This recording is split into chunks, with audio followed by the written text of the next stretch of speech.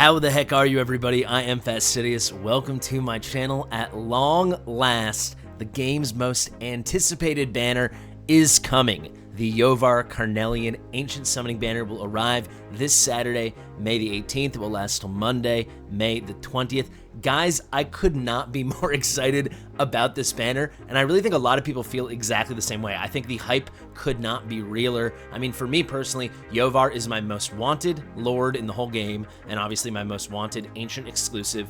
And not counting lords, when it comes to just normal ancient exclusive legendaries, my most wanted is Carnelian. And when you look at that, they're both on the same 15x banner, and that is arriving this Saturday. So I have been saving up. I hope you guys have been saving up too. Where am I at? I'm at 127. I'll be able to get at least 3 more before Saturday. So I'll be at least an even 130. We're going to have a crazy pulls party on Saturday, so make sure to sign up for that. We're going to have a crazy event pulling for Venom. He has 1,200 ancient summons. That will be on Sunday. I'll be joined by some amazing creators that you guys know and love. But for this video, why am I so excited? Why is Venom so excited? Why are all these other creators so excited? Why is the community so excited? So we have to talk about Iovar, we have to talk about Carnelian, and we got to break down these kits. Let's get into it.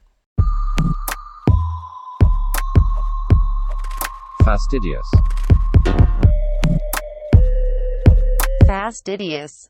Alrighty, friends, so I originally covered Iovar the day his kit appeared, before I even got him on my test server roster, the day his kit appeared in the gallery on test server, back on March 15th. I have a video, you guys can go check that out for a first impressions deep dive on his kit. For this one, we'll do just a quick overview, because tomorrow I have my huge deep dive hero guide on Iovar coming out. Look forward to that, guys. For this one, we're just going to do a clear, concise overview of his kit so you guys understand the basics and understand why me and the rest of the community is so excited about this guy. We'll do the same thing for Carnelian. First things first, though, I have not seen yet if he has a cinematic. He doesn't. Hopefully they add one before he arrives on Saturday. I was really hoping they would have added a cinematic and we could do like a first impression. He doesn't, so I can't do that with you guys right now. While we're already here on the hero, though, let's get right into it. So he is going to be a Piercer Lord, our second legendary Piercer Lord, joining Aracha, the third Piercer Lord, period, joining Lunaria as well. As you can see, Lunaria, this is her Lord skill, just the basics, 10%, and then increasing the attack ranges of allies. For Aracha, you now get the 15%. That is typical of legendary lords. You get the attack range increase, just like Lunaria, and then you always get 1 bonus bullet point or line. So for Aracha, it is for every 1 tile away from the target, increases their damage by 5%. That's solid. It goes up to 50%. But how often are you 10 tiles away from enemies on the map?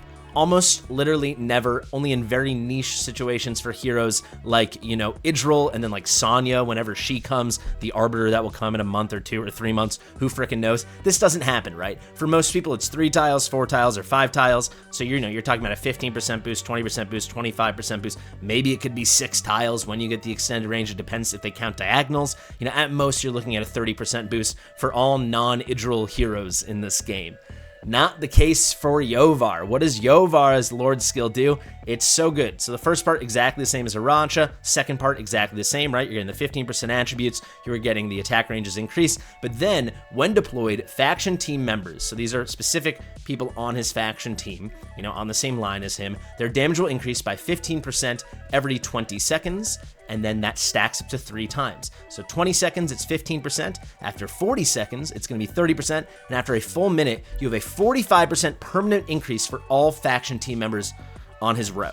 That's crazy. So you're nearly getting the max kind of Idril exclusive benefit Aracha gives, that 50%, only 5% less, but it's to everybody. It is permanent. There is no condition, and after 1 minute, you are good to go. It is a tremendous Lord skill. It is awesome. Let's very quickly go through the rest of the kit. I'll tell you right off the bat, a reason he's going to be a lot better than Aracha is Aracha's not so amazing as a hero. She's a very good Lord. As a hero, I don't know. As a Lord, I think Iovar should just straight up be better. We just went over the Lord skill. As a hero, undoubtedly, he is amazing. Look out for that guide tomorrow. This guy is so freaking good. I mean, this has definitely become kind of what you can expect from ancient lords, right? they themselves, the ancient exclusive lords, I should say, the ones that you can't pull from normal summons, your rare summoning crystals and your divine summoning crystals, the legendary summoning crystals, the ones that you can only get from the ancient summoning crystals, they just tend to be much better heroes. You know, sometimes the OG ones, the normal ones, can compete as lords. When it comes to as heroes, you know, Soul Cannons is better than Twin Fiend. You know, Elder is better than Hearts. Lots of things like this, right? Iovar is so much better than Aracha. And for many people like me that like are riding Lunaria and have never had Aracha, this will be such a huge bump up. And for people that don't have any Piercer Lord, oh my god, if you can pull this guy as your first Piercer Lord, let me know if that's you in the future. Let me know in the comments. What an absolute treat.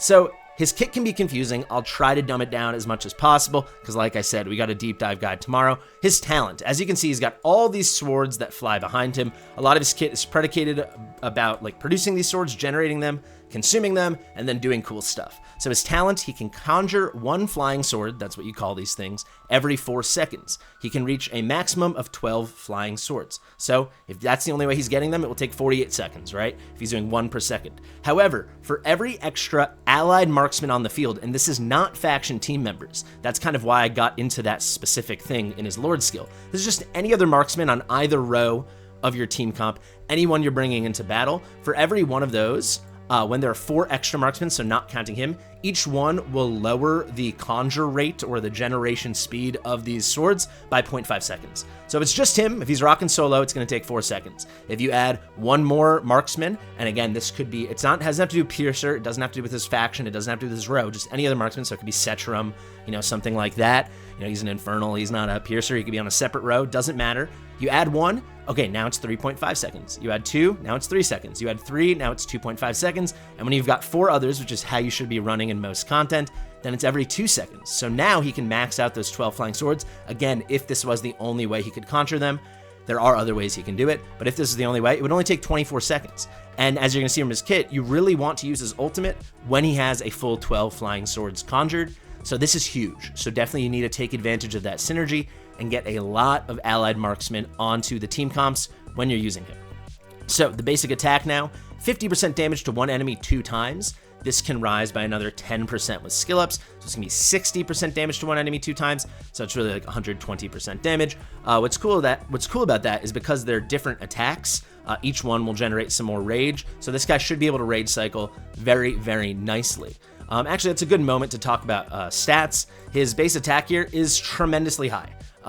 They're kind of valuing him as this hybrid between a single target marksman and an AoE marksman, because you'll see when he shoots all his swords, they just go, if they kill one target, they'll move on to the next. So it kind of has this like flurry effect that almost feels like an AoE. But at his core, he really is a single target marksman. You can see that from his range over here. It's that 3x4 tile thing, rectangle we're used to. He's got that single target marksman, the super low 2.0 second attack interval. That's very nice. However, this attack is through the frickin' roof, 4255. AoE marksmen, legendaries, if you think of someone like Nyx or Razak, they're just over 4,000. If you think of single target guys, they're usually at about, these are legendaries, they're usually at about 3,700 or 3,800. He's all the way at 4255, 4.255. I mean, that is a ton. He's nearly, 4,000 and a quarter. I mean, this is very impressive base stats. Like I said, he's got that range. He's got that great attack interval, super, super low. Rage and auto, very typical at 14. I do have to mention his cost is 16. So this is why I'm saying they're kind of valuing him somewhere in between a single target where a legendary would be 12 and an AoE where a legendary would be 22. So he's kind of smack in the middle, a little bit closer to the single target side, still fairly cheap. Just had to mention that. I think he'll be able to build rage super quick, especially with these double hitters on the basic. That is tremendous when it comes to getting his ult up, which you want happening a lot. However, you do have to time it out with the generation of the maximum 12 swords. So let's see what happens with his ultimate. You can watch the little animation over here. It's doing a loading thing, but you can see just absolutely raining hell of swords upon the enemies. Very, very cool animation. You can keep an eye on that. I'll talk you through it. He's going to consume all the flying swords, activate them in a formation to deal continuous damage. It starts at 25% damage per hit. It goes up to 40%. You're definitely going to want to max skill this if you want to use him for damage. And it's going to start with the lowest HP in range.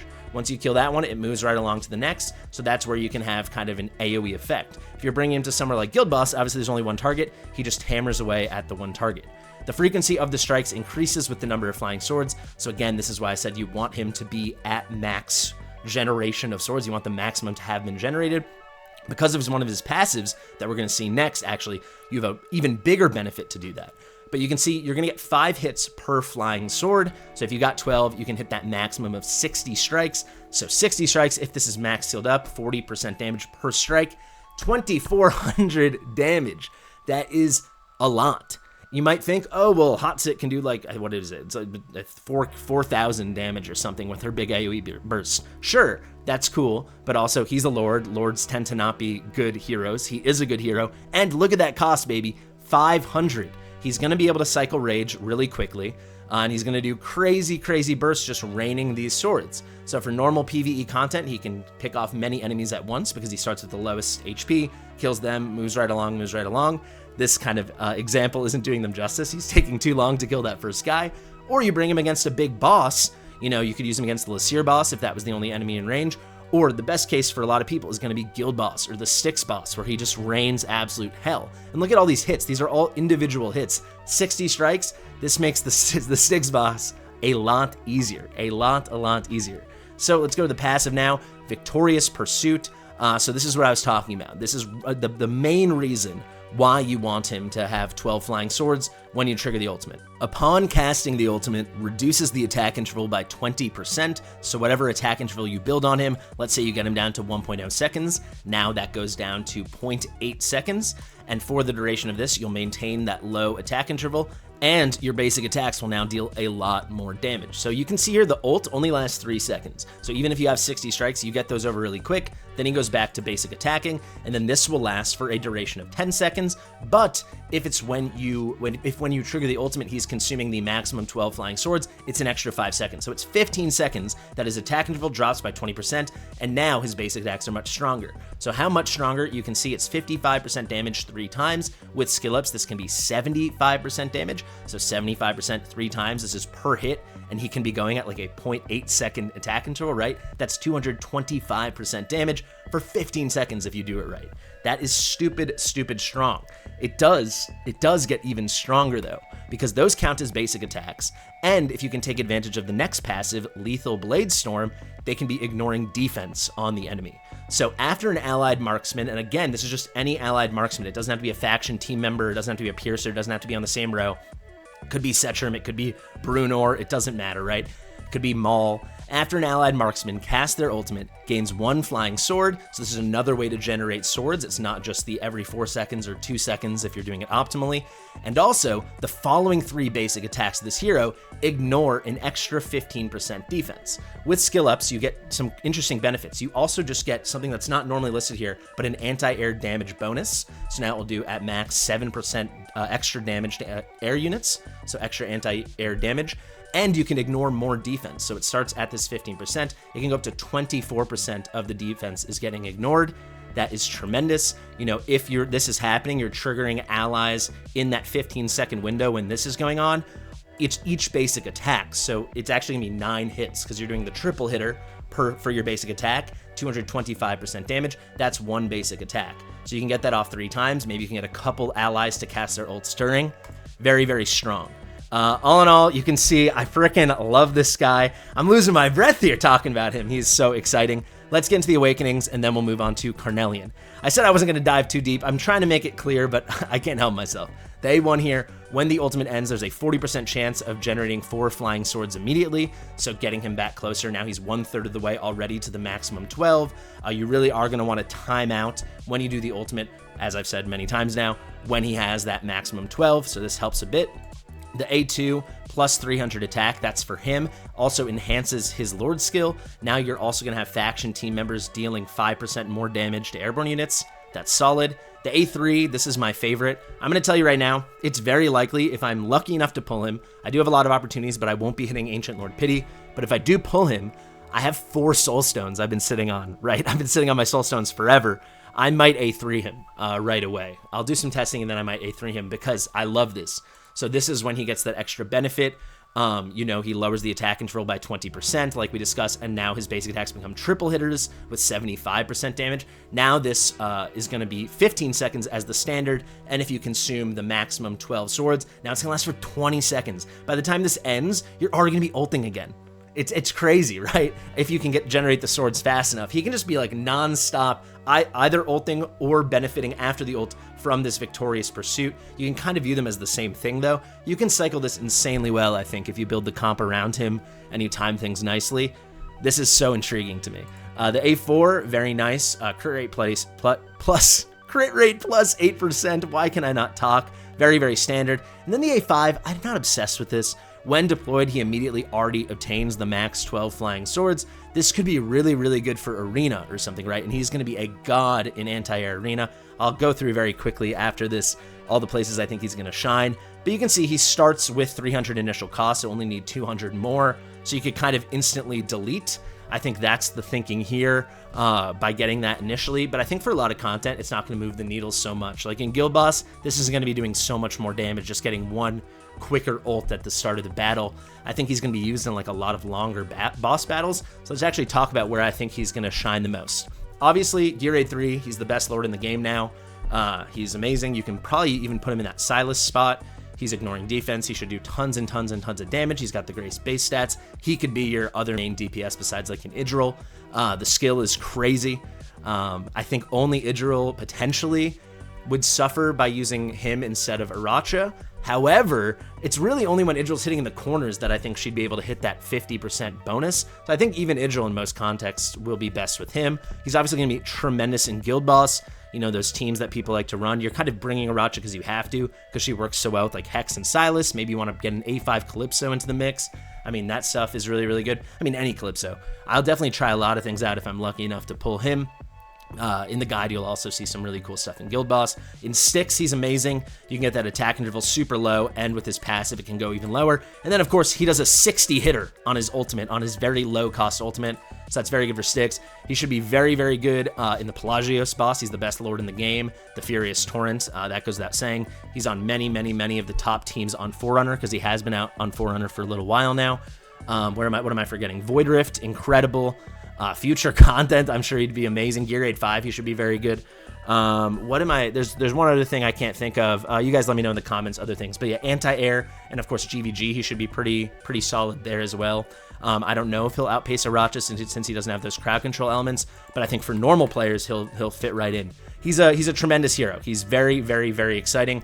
And as you can tell, I'm very excited.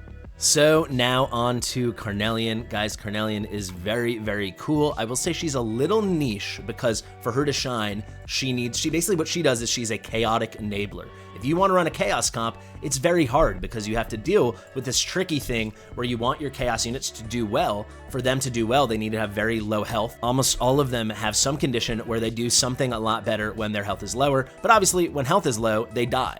Carnelian stops that from happening. So if you don't have many chaotic units, Carnelian is not such a superstar hero. If you do, she's like a must pull in my opinion.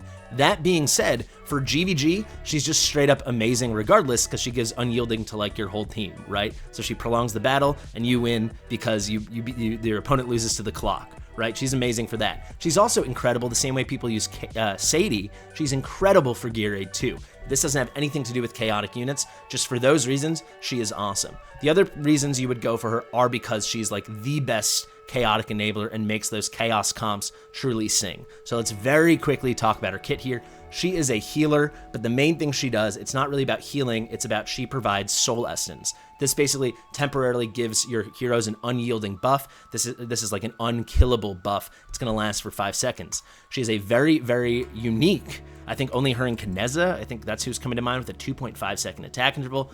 Very, very low for a healer. You can get her going very, very, very quickly, and that's important because the faster she's putting out these basic attacks, they do these healing waves. You can see from the talent, after the hero's healing waves reach an ally without soul essence 7 times, they get soul essence. You want to get all your allies soul essences as quickly as possible because it just keeps them from dying. It's so, so good, right? And for a chaos team especially, that is amazing. If we go to the ultimate now, she's going to grant soul essence to all allies with HP below 30%. With skill ups, this goes to below 50%. It increases the threshold. It's easier to meet that condition. She also provides these big damage reductions. So it's not only do they have unkillable, but they're harder to be killed in the first place. So physical damage reduction plus 20%, it lasts for 10 seconds. Same for magic damage reduction. With skill ups, this is actually going to last for 15 seconds on both of them. That is tremendous. And the cost, it's kind of normal at 1,000. You can get it a little cheap. 900 is a little cheap for a skill like that in my book. Now for her first passive, Energy Refraction. When a healing wave reaches an ally with Soul Essence, so that it reaches the ally, so maybe the 7-time condition has already happened, or they already got Soul Essence from the ultimate, they already have it. Well, now it can bounce over to a nearby ally, and this can happen 1 time. So this is great because you can start putting out new Soul Essences, because you're going to reach allies that don't have it. You're going to get more healing waves to them quicker. They're going to hit that 7 condition. You can get more Soul Essences. However, its healing effect will decrease by 40% after each bounce. Like I said, she's not really such a healer. She does do a little healing, but it's more about the buffing that she does and the unkillable that she brings. This one, it's very important to get skill ups. You can see the healing multiplier decrease per bounce, so you're not penalized as much. You can get that down 10%, down another 10%, so the healing will only be decreased by 20% at max skill ups.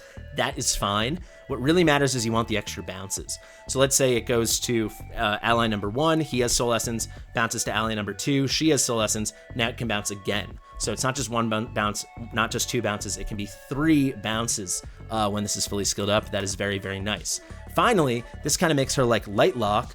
She can deal a little damage. So you can see she's a magic damage dealer, even though she is a healer. And basically, when a healing wave reaches an ally that already has Soul Essence, so another reason you want to get Soul Essences out as quickly as possible, she can deal 40% AoE damage to 7 surrounding enemies around that ally that already had the Soul Essence. This can go up to 60% damage. It's not a ton, but it can be a lot. I'll show you her stats really quickly here. Pretty solid base attack at 4,700. Nothing crazy like someone like Elwyn, but that is significant. This is not the reason you're gonna pull for her. This is not the reason you're gonna use her, but it is something. And especially like early days Gear Aid 1, if you're not yet towards those later stages, I mean, this could be very, very relevant. Finally, just like every chaotic and arbiter unit in the game, she has some kind of arena mastery. This is a cost reduction of 5, and this is a good transition to talk about where she can be pretty good. I guess very quickly I'll show you Awakenings. So Awaken level 1, within 15 seconds after casting Soul Infusion, that's her ultimate. Any ally in range has their Soul Essence consumed. The duration of Unyielding will be increased by 1 second. So once they've triggered the Soul Essence, now it's going to last 6 seconds. That is a very good A1. Plus 300 on her base attack, that is fine.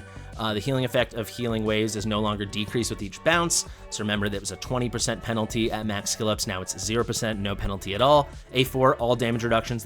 So she herself takes less damage, so she can survive longer. So she's gonna get 8% on physical and magic damage reductions just innately. And then there's a 20% chance that Soul Essence won't be consumed upon triggering. This one's crazy. A lot of RNG, but basically you can trigger the unkillable. It will last for 5, or I guess at this point, because you already had her A1, it will last for 6 seconds, and then it might not go away, so you don't have to reapply it.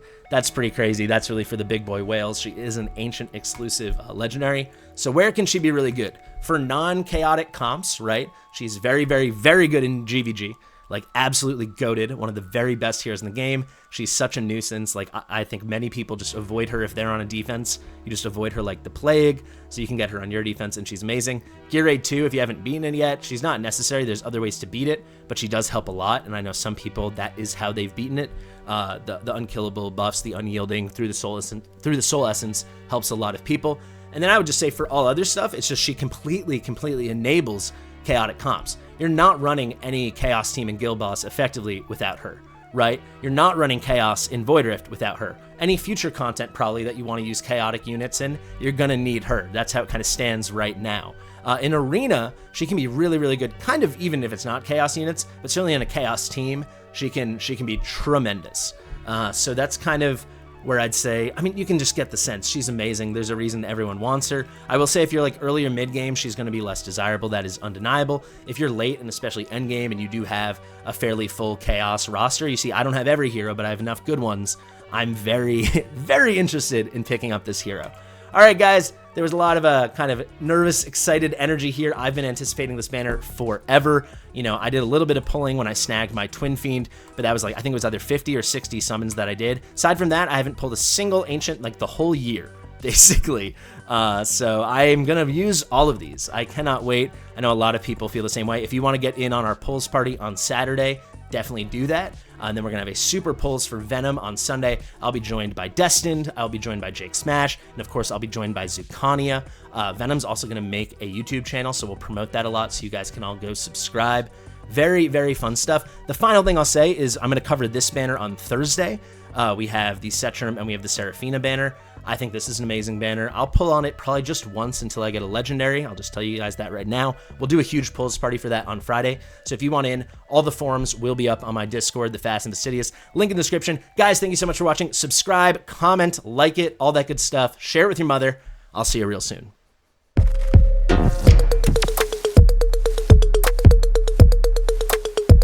Fastidious.